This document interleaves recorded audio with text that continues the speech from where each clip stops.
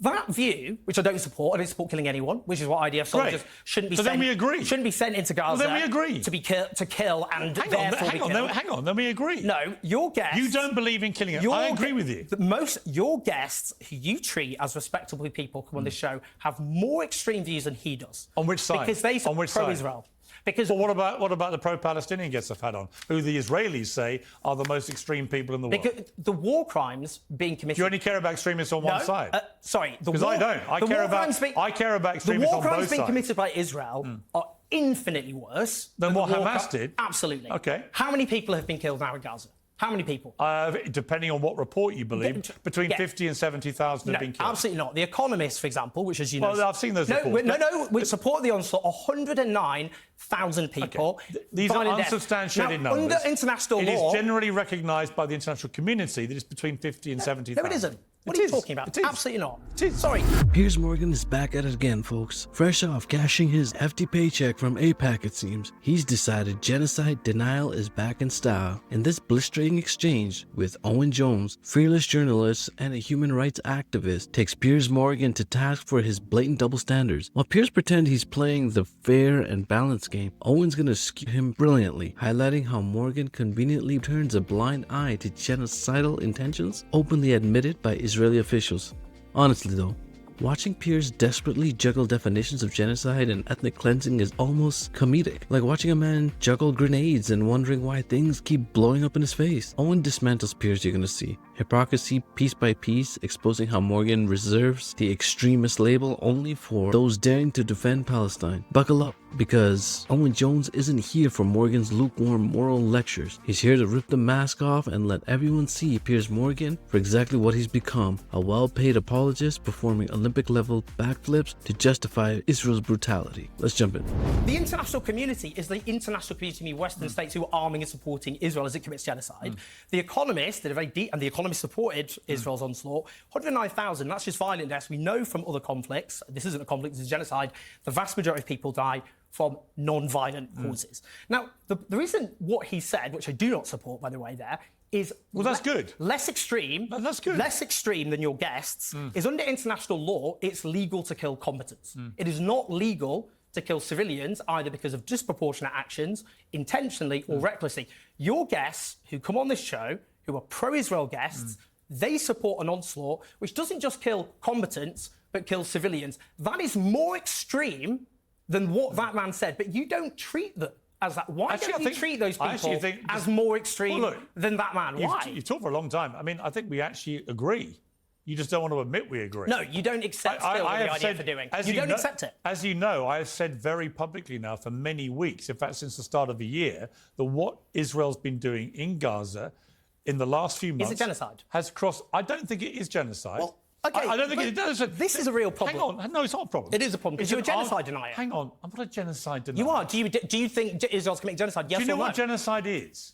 Yes, I do. What do you think it is? Genocide is the intention to destroy a people in whole or in part. Right.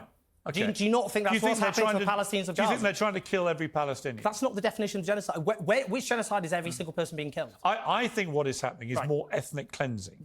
OK? It's how I would describe it. We can disagree. No, this is... You can disagree. A lot of people think it is genocide. No, OK. It has not been officially declared a genocide, right? What does that... Obviously, it hasn't been officially declared The International Court of Justice is the only arbiter you could point to. No, just quickly, they would have to take years to do that. OK, let me just put I would call it, what Smodrich is talking about, is ethnic cleansing. A consensus of genocide scholars believe Israel is committing genocide. And that includes, just quickly, Israeli scholars of genocide. Omar Bartov, he's a professor of genocide and Holocaust studies. But you asked me what I think. No. No, but this is what I'm going to ask you, because we're talking about experts, people who actually dedicate their lives. But many experts say it isn't. No, name... OK, let me quickly... Omar Bartov, Raz Sigal, these are only Israeli genocide scholars. Amos Goldberg, Israeli professor of Holocaust history. Daniel Blattman, he's the head of the Institute... What's the ICC say? The Israeli history... The ICC is still investigating, and their charges are public. Now, come up with another... What's it said?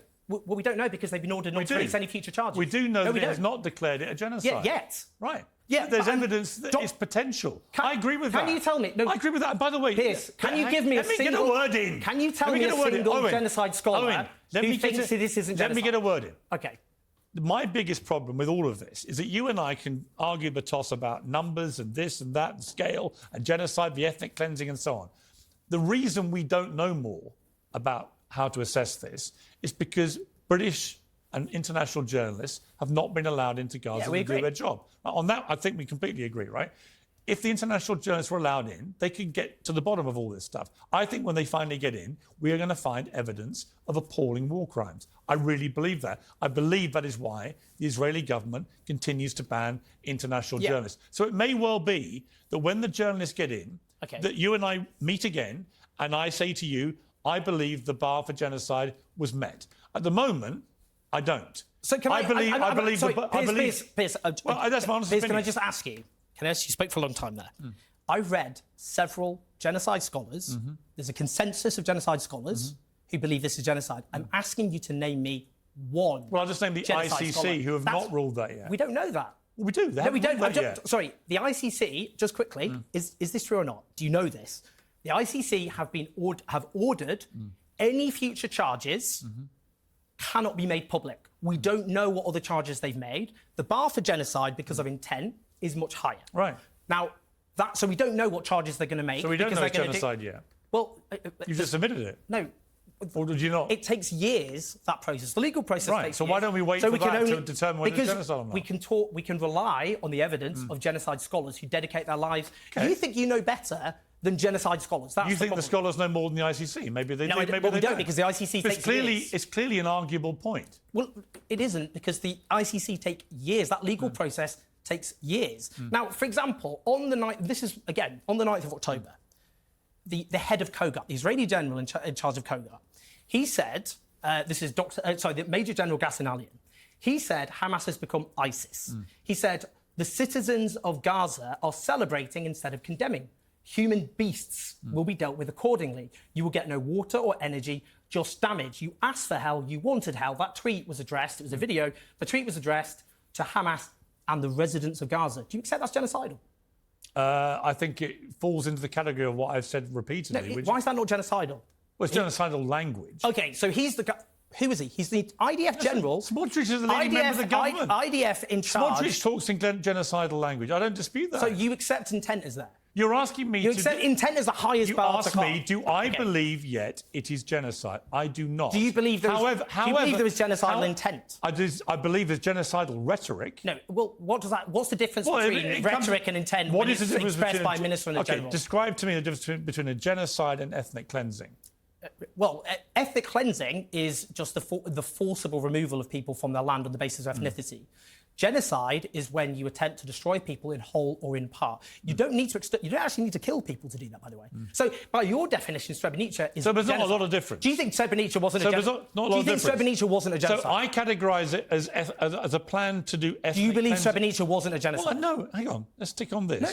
No. Hang on. It was adjudicated genocide. It's not a genocide according to you. Let's stick on this. Why? I have said I believe that Smotrich is planning ethnic cleansing. And that may be what is happening here, right? And you think it's genocide, what's going on. I think it is ethnic cleansing is the plan. And there's not a lot of difference between them. Well, right? You accept that? Well, genocide means... So you think I'm sort of denying genocide. I'm saying I think the bar has been met for me of ethnic cleansing. Because it's come out of Smotrich's mouth. Ethnic cleansing doesn't actually have legal standing. It's a term which was a... No, it does. It's a war crime. No, well, it doesn't exist. It is a war crime. You know that. No, ethnic cleansing is a war crime. Sorry. The term ethnic cleansing doesn't exist as legal language. You're talking about forcible displacement of people from their homes. That's a war crime.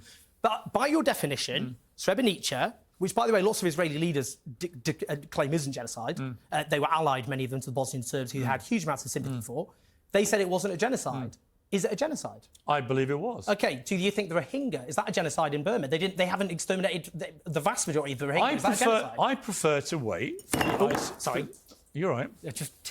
I'm getting excited. You're getting nervous, aren't you? Very excited. But look, let's just conclude with things we agree about. OK. Right? Is your position now about Bob Villan, given what we just watched, that when he's chanced death to every single IDF soldier, you would condemn that? I don't support I don't want any soldiers to be killed. Right. And the way to stop that is to stop IDF soldiers committing genocide. And just to clarify, in light of what we've just seen, would you now withdraw your defence that he was only talking about well, his statement, IDF being an entity? His statement was obviously not correct. He didn't say that. But as I've Do said... you wish you hadn't defended him now? Well, I wouldn't have defended him on the basis of his statement. Because well, you said he was only specifically talking about the entity, not people. Well, that's because that's what he said, Piers. But obviously... But that's what people... Yeah, but he lied to you, didn't he? Well, the statement's not true. But I have to say, he lied to everybody. I'll say, Piers, he's less extreme than most of your guests because your guests... That's a different argument. No, it isn't. It isn't because you don't show... But I take them on. Have you watched my show? Yes, and you don't show... Have you watched me taking on the Israeli guests recently? You treat those Israeli guests as having respectable views. You always have. In the first month... Have you watched him the last few months? In the first month... Have you watched the show? Do you support him? I don't think you've been watching the show, have you? I don't know. Why don't you ask Israeli Twitter or Zionist Twitter what they think of what I've been doing on the show? All the way through... You would know exactly how I've been treating the pro-Israel government guests. In the first month... And you wouldn't be saying this. In the first month... You haven't watched, have you? Be honest. I've watched many of your guests who are pro-Israel. Did you watch the interview? Did you watch the interview with his Israeli ambassador? Yeah, and she's very easily upset. It's very easy to set her off. The Lawyers for Israel, Natasha Hausdorff, did you watch that? I've seen you. Did you watch the interview with the minister this week? I've seen you from the beginning. Come on, interview pro-Israel guests Owen. and treat them with deference and respect. Owen. These are people who support killing civilians, not soldiers. I've also treated. International law. I've also treated. It's legal to kill soldiers. It's not legal to kill civilians. Apart from the fact that it's illegal to kill soldiers, not legal to kill. Had you watched the show for the last few weeks and months, you would know. I don't watch every one, Piers. I don't think you've watched it for months. I've seen you watch. But there we go. Because you admitted there is for the first part of the genocide, when it was clearly a genocide, you were treating pro-Israel guests. A genocide. Yes, it was. No. They said from the beginning what they were going to do. Was the obvious response, which when was the most lethal month? When was the most lethal month? Of Palestinian civilians? Yes, first month. OK, so when they were wiping Gaza from the face of the earth, where Gaza, within 3 months, was a different colour and texture when looked at from space, when they had had the biggest, worst attrition, when Israeli leaders and officials made clear they did not see a distinction between civilians and officials, you don't think that was genocide, and you were treating those people as though they had respectable views. But their views are more extreme than Bob Dylan. I thought the Israeli military response was a direct response to Hamas's official spokesman saying on camera for the world to see, we're going to keep trying to do more and more October the 7th. Did you think this about Rwanda? Ladies and gentlemen, chalk up another L for Piers Morgan, courtesy of the unstoppable Owen Jones. You see, Jones just ran circles around Piers Morgan, leaving him dizzy, disorientated, and scrambling to hide behind semantic gymnastics. Careful, Piers, you might sprain something. Owen shredded Piers' thinly veiled double standards like cheap tissue paper, pointing out how quickly our dear host cries extremism when Palestinians defend themselves, yet bends over backwards to rationalize Israeli atrocities. Watching Piers fumble through definitions of genocide versus ethnic cleansing felt like a desperate attempt at damage control, as convincing as a used car salesman trying to pawn off a broken down clunker as a sports car. And here's the kicker, Morgan even roasted to pretending he's waiting on some imaginary stamp of approval from international courts, conveniently ignoring the countless genocide scholars, including Israeli ones, already ringing the alarm bells. It's almost touching how hard he tries to appear balanced while openly tipping the scales towards his paymasters. Owen Jones walks out victorious not just because he exposed Piers' hypocrisy, but because he refused to let Morgan frame the conversation on twisted, self-serving terms. Morgan's credibility tonight flattened, his integrity missing in action. So here's to Owen Jones for doing what many guests fail to do, giving Piers Morgan the public roasting he so richly deserves. Hope you enjoyed this video, y'all. Catch you on the next one.